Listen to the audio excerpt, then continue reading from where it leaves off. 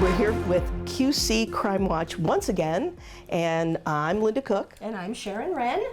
And once again, we will bring you recent stories of crime and courts. There's a civil case in here that actually tangentially touches the criminal justice system, so we thought we'd include that too.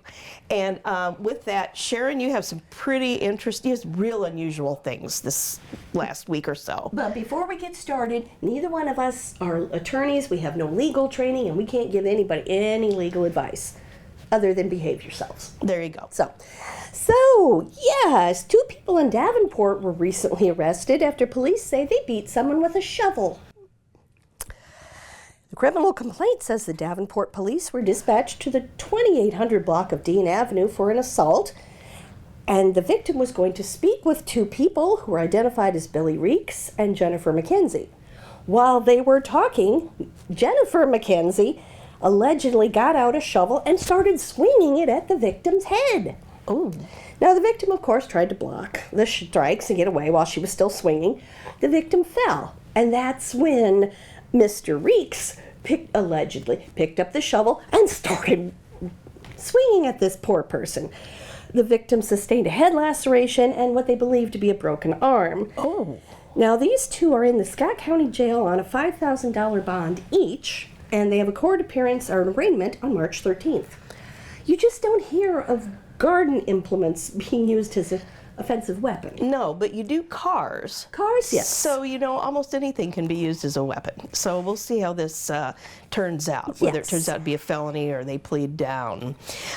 This is a more minor thing, but it affects so many people. You and I have talked about stolen cars, I don't know how many times in the last few months.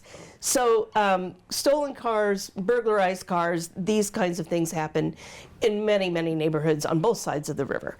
In any city, actually. Exactly. So it was last week, a couple of people from Davenport were arrested after police say they tried to burglarize more than a dozen vehicles.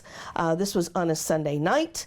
According to the complaints, Davenport police responded to the 1700 block of East 32nd Street, and they saw 2 people right there trying to burglarize these vehicles. Laura Nicholson, 18, and a co-defendant, Eddie Roberts Jr., were walking westbound on East 33rd Street and Eastern Avenue, and an officer turned his headlights off to conceal his position from them so he could watch. Right.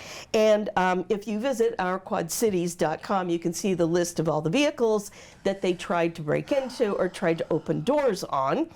And the officer, who was hiding in the dark, saw Nicholson and Roberts approach all these vehicles and pull on the door handles. Oh. So it wasn't a violent thing. They weren't smashing windows. They were just but they were trying to get in and out quickly. Now, these are misdemeanors. There's different kinds of misdemeanors. I won't go into that right now. But with most misdemeanors, or some of them aggravated, say, you can serve some time for those. Yeah. So I think these are worth talking about, especially when there's so many instances involved here. One right after another. Exactly. So Roberts tried to run when other officers arrived. Officers told Nicholson to get on the ground. She ignored the commands, but anyway, they were both brought into custody, and both are awaiting, I would just say, processing through the courts. If you want to read about, again, all the charges and all the vehicles, you can see those on ourquadcities.com. Well, I don't have any car-related issues, but I have a couple of interesting drug-related stories. And one of them does involve a vehicle, doesn't it? Yes. Okay. The Iowa State Patrol stopped a gentleman named James O. Robinson for a traffic violation and as part of a narcotics investigation back earlier this month. Now, the investigators had been following him when they saw him cross the center line on River Drive. That'll get you pulled over. During the stop, the trooper saw what's described as like a black grocery store bag on the floor on the passenger side. So the officer ordered Robinson to leave the car. He refused, rolled up the window, and drove away. So the officer pursued. At times, Robinson was doing 60 miles an hour in a 30 zone. Ooh. And allegedly, during the incident, Mr. Robinson threw out a bag during the pursuit, which the officers found in the middle of the street. And it contained 476.27 grams of marijuana, which is just over a pound.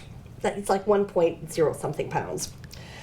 He was arrested and charged with 3 counts of possession with intent to deliver, 3 counts of failure to have a drug tax stamp, eluding and traffic charges.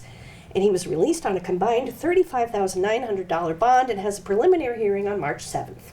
We'll be following that one, right? Yeah, because you just don't hear about people chucking a bag of drugs out the window during a pursuit. Isn't that And it's something? still there when the police find it. Yeah. So, yeah, you shouldn't pick up bags in the middle of the road, kids. No. They have evidence in it. Right, exactly. And you know, when people get pulled over, the smart thing to do is stop. Yes. And I think people panic and they elude, and Right. then that leads to all kinds of problems. Yeah, the interesting thing about that is we did the numbers, and marijuana from Mexico goes for about $330 to $500 a pound. Domestically produced marijuana goes for between $2,550 and $6,000 per pound. We don't know where the alleged marijuana came from, but that lets you know about what the value is. Okay, so that the value of that, Yeah, it's cheaper to buy imports. apparently. Apparently, not that we really know about that sort of thing. Wow. Wow, we're following this one too. Yes, you should be. So we'll veer toward Henry County here, and this involves actually Knox County, Moline, and Henry County. So 3 counties. Three then. counties. Oh, wow. The Henry County Sheriff's Office recovered a stolen vehicle from Moline and arrested 2 suspects in Galesburg. And here's how that happened. A Henry County deputy responded to a report of a stolen vehicle in Orion. So In Henry County. Yes. Okay, so on this was on Sunday. The vehicle was a maroon Dodge Challenger. You know, they really go. So it was reported stolen to Moline police. So the deputy tried a traffic stop, but the driver didn't stop, and the officer pursued the car through rural areas of Henry and Knox counties and then into the city limits of Galesburg. So, and the pursuit stop sticks, you know, the things they throw out in the road, Yeah. were deployed, and that worked. And the car became disabled in the 1800 block of North Henderson Street in Galesburg. Now, the driver and the passenger of the stolen vehicle were taken into custody without incident, and the driver was identified as Kenneth R. Stropes, 42, of Geneseo, who was arrested for possession of a stolen vehicle, aggravated fleeing and eluding, reckless driving, failure to signal, and speeding. His passenger was Austin Meyer, 28, of Moline, and he was arrested for possession of a stolen vehicle, and both were transported to Henry County Jail. And as you and I know, these situations where someone tries to stop a car can be deadly. Yes. So at the end of the news release that we received about this incident, the Henry County Sheriff's Office thanked Knox County Sheriff's Office and Galesburg Police Department for their efforts and assistance with this incident, because it did end safely for everybody. Right. And sometimes when you're on the road and you see somebody driving fast and you're going, oh, drive it like you stole it. They might be. They might be. Yeah. Well, back in the Quad Cities, we have the case of a gentleman who was arrested with what I would not consider a personal amount of drugs on him. The Moline Police Department served a warrant in the 200 block of 19th Avenue in Moline as part of a drug investigation. Now, I say this probably wasn't for the gentleman's personal use because during the search, officers found 6,563 grams of THC gummies, which works out to about 14.5 pounds. Oh.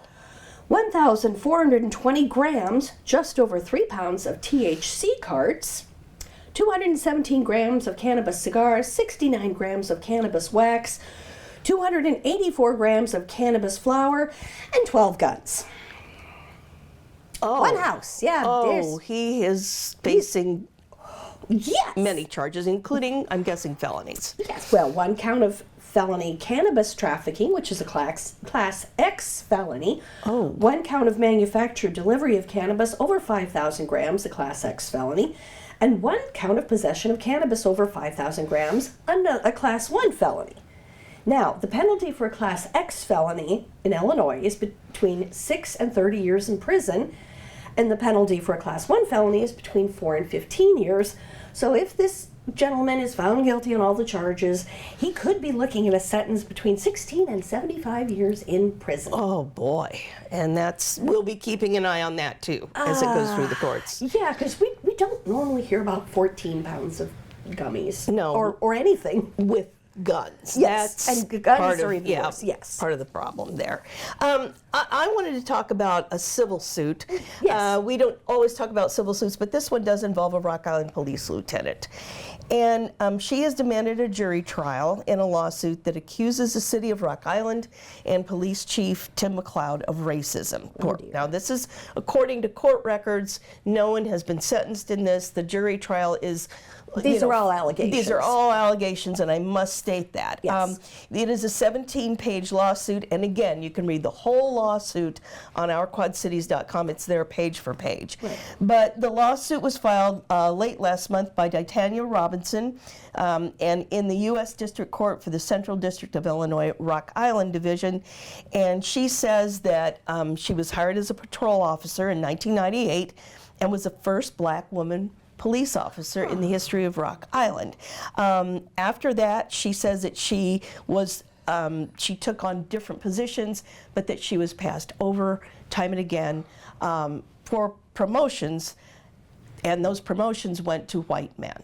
So the city did give us a statement, and I would like to read that because it's very, very short. The reaction is this: the city of Rock Island and the Rock Island Police Department cannot comment specifically on pending litigation. However, the city denies the allegations stated in the complaint and looks forward to the opportunity to respond through the court. So this is another suit, although it is not criminal, it's civil, and we will follow this as well. Right, because it's involving public figures. I think we said sort of public figures. Definitely, and government employees. Yeah. Right, exactly. The people who are getting paid with our tax dollars. Exactly. So we'll keep an eye on this, and even though no crime has been alleged, that's still part of the justice system. Right. And as we talk about cars and as we talk about eluding, we hope everybody stays safe and locks their vehicles. That's all the time we have this week for Quad Cities Crime Watch. Join us next time for more on the crimes that make the Quad Cities hopefully lock their doors at night.